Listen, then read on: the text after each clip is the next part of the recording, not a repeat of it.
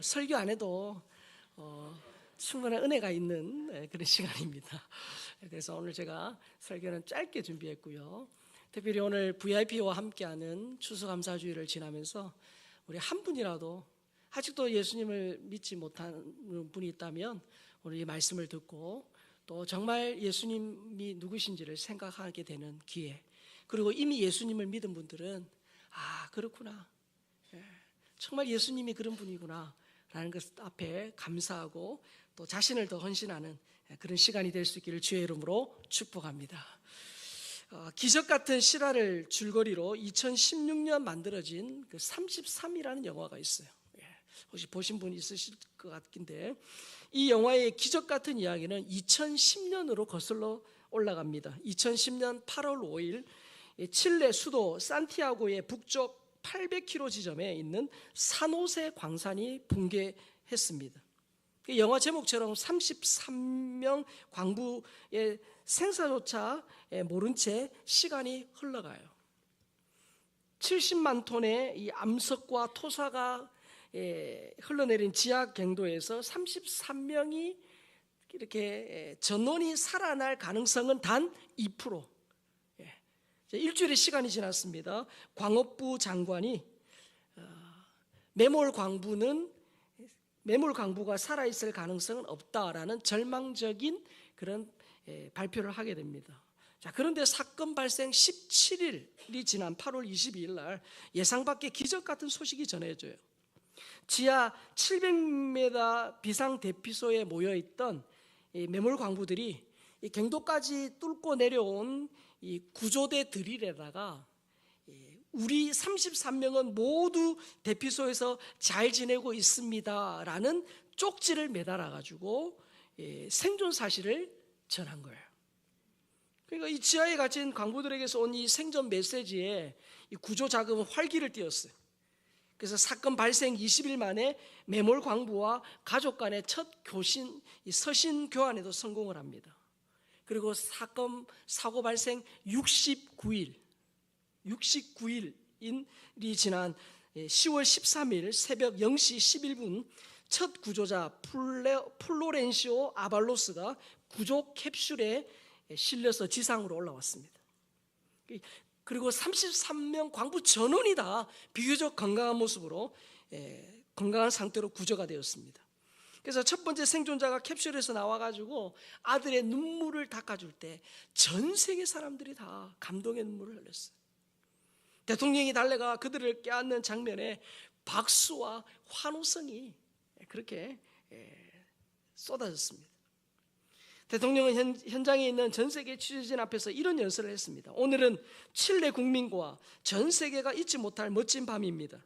33명의 용감한 광부들이 준 교훈을 영원히 기억합시다. 절대로 포기하지 않겠다는 약속을 지켜낸 것입니다. 이 나라는 위대한 일을 이뤄내고 있습니다. 하나님 감사합니다. 여러분, 지하갱도 700m에 갇힌 광부들을 구출할 때 그들이 대피한 곳으로 주먹만한 구멍을 뚫었어요. 그래, 그 구멍으로 식수며 또 음식, 구급약, 생필품들을 내려보내줬어요. 생체 리듬 측정 장비로 건강 상태도 점검을 했습니다.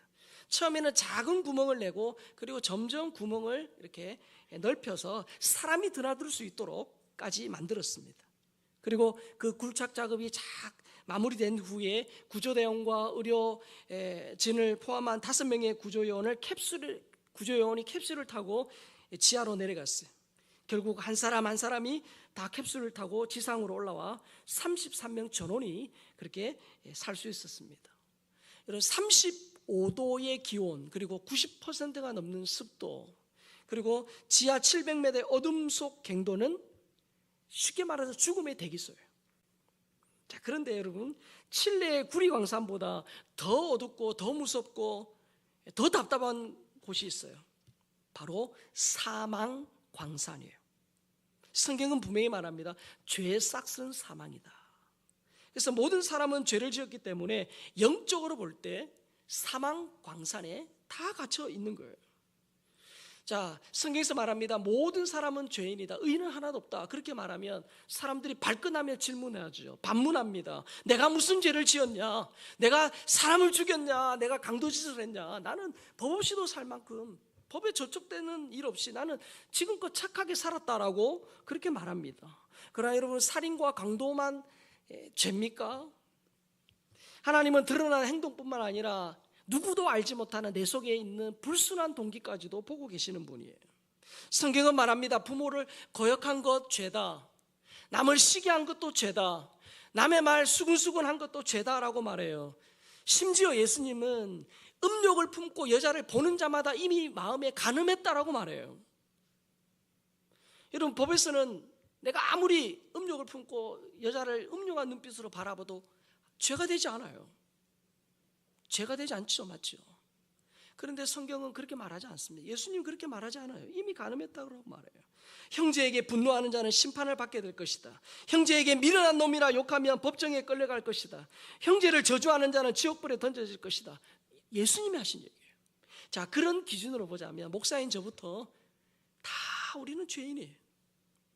한 번의 거짓말도 죄예요. 모든 사람은 죄를 지었고 그 결과로 죽음의 대기소인 이 사망 광산에 갇혀 있는 거예요.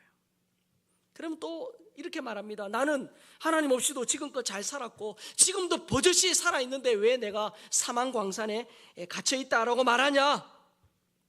자, 그런데 여러분, 우리가 육신적으로 살아있지만 영적으로 하나님과 단절된 것이 이미 죽은 거예요. 하나님과의 단절된 것이 사망이에요. 여러분, 아기는요, 갓난 아기는 엄마 품을 떠나면 울어요. 엄마가 없으면 웁니다. 그때 아기를 달래기 위해서 먹을 또 주고 장난감도 주고 막 앞에서 막 재롱을 피워도 계속 울어요. 언제까지 울죠? 엄마 품에 안길 때까지 울어요.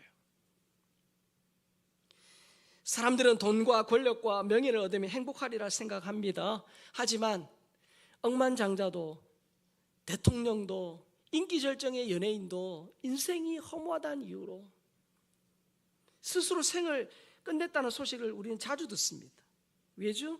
하나님의 형상대로 만들어진 인간이기 때문에 하나님 품에 돌아올 때까지, 아기가 엄마 품에 안길 때까지 우는 것처럼 하나님의 형상대로 지음을 받은 인간은 하나님 품에 돌아올 때까지 우울하고 괴롭고 답답한 거예요. 엄마 품에 있는 아기처럼 하나님 품에 안길 때 진짜 평안과 위로가 있는 겁니다. 모든 사람이 사망광산에 갇혀 있다라고 한다면, 그러면 과연 그 사망광산에서 구출되는 길은 없을까?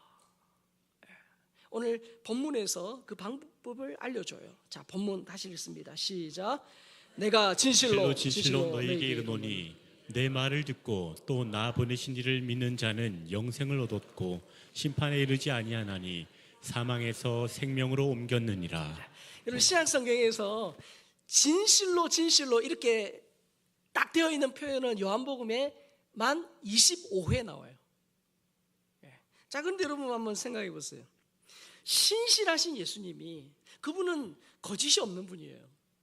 그런 그분이 진실로 지금 연거푸 2번을 말씀하세요. 그렇게 말씀하지 않아도 내가 진짜다, 우리 사람들 사이에 그렇게 말하죠. 내 이 말이 진짜야, 거짓 없어, 진짜야 그렇게 말하는 분 있죠. 그럴수록 거짓일 가능성이 있긴 한데, 진짜야라고 말할 필요가 없어요. 예수님은. 왜? 그분 말 자체가 진실하기 때문이에요. 자, 그런데도 예수님이 확실히 엄숙하게라는 의미에서 진실로 이렇게 강조해서 말씀하셨어요. 이유가 뭘까요? 진짜 중요하기 때문에. 예수님의 모든 말씀이 다 중요하지만 이 말씀은 정말로 우리에게 중요하기 때문에 강조해서 말씀하시는 거예요. 예수님이 정말 중요하다고 말씀하신 게 뭡니까? 보세요. 내 말을 듣고, 예수님의 말을 듣고 또 나 보내신 그 하나님을 믿는 자란 영생을 뭐 했고요? 얻었고, 이미 얻었다는 거예요. 그리고 어떻게 합니까? 예수님을 나의 구원자와 인생의 주인으로 믿으면 지옥 갈 심판에 이르지 않는다는 거예요.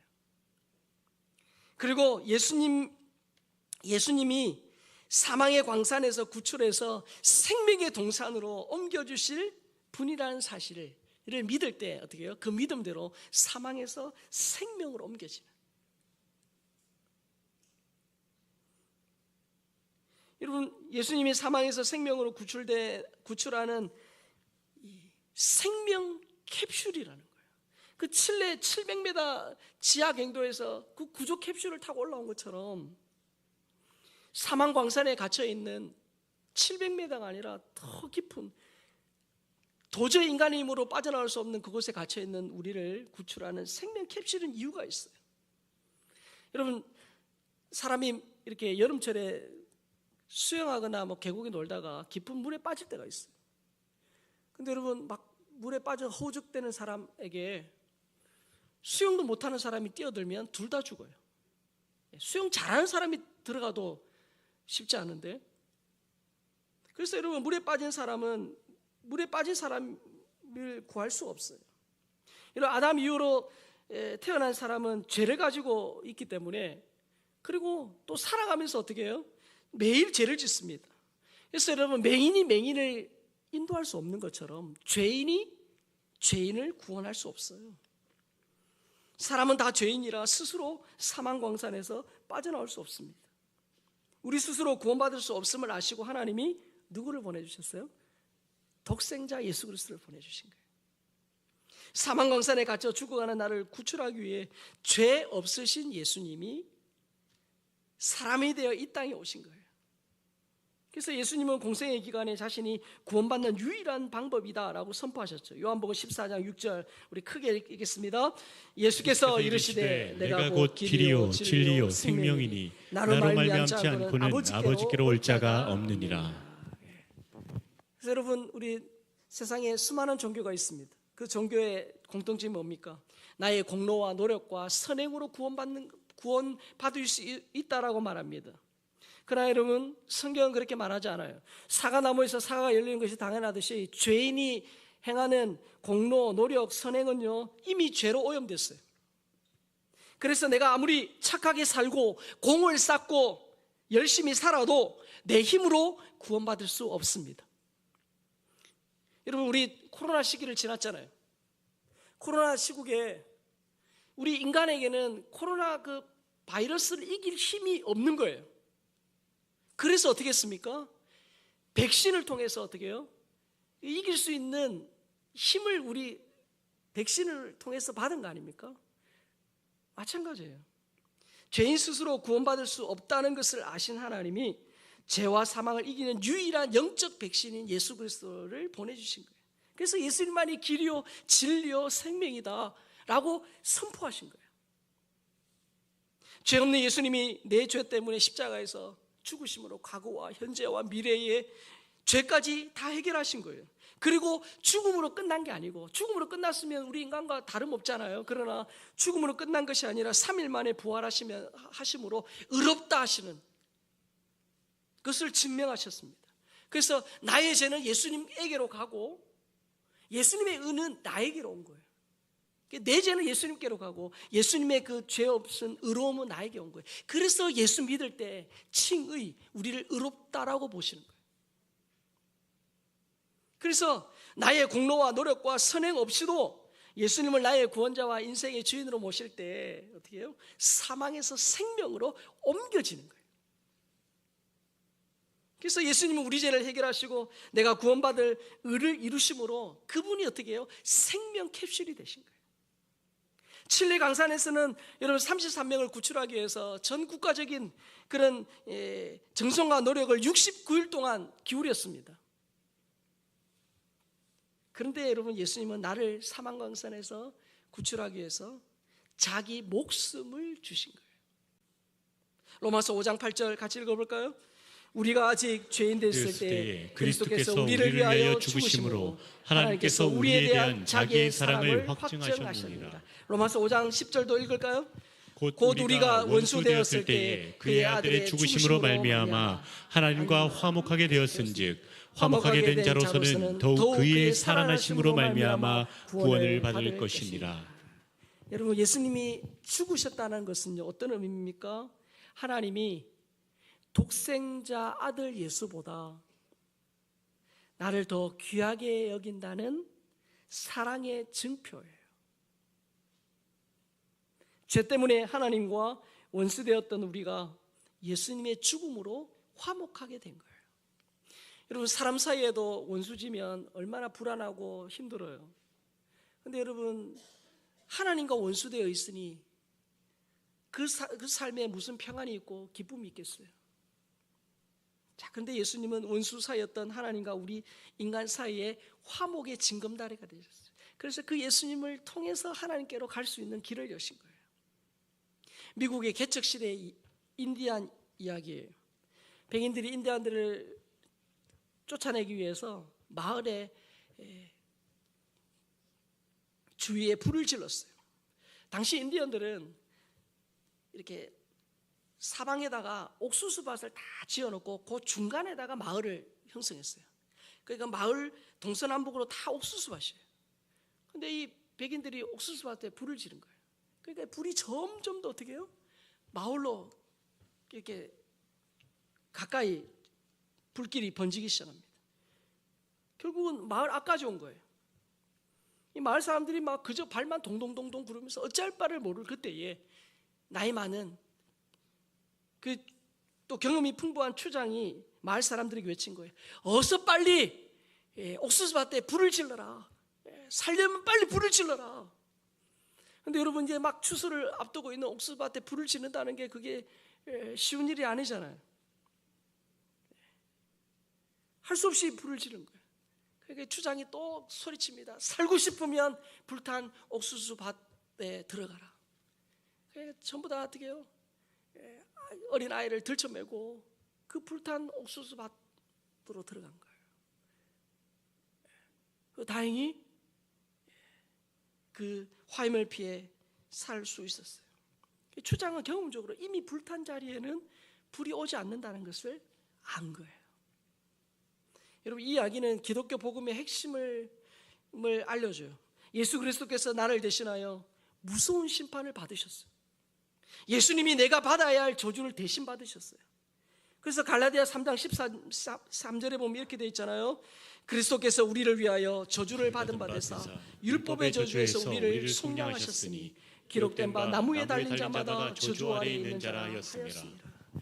예수님이 십자가에서 내가 받아야 할 그 십자가 그 심판과 저주를 대신 받으신 거예요. 내 모든 죄값을 자기 목숨으로 내신 거예요.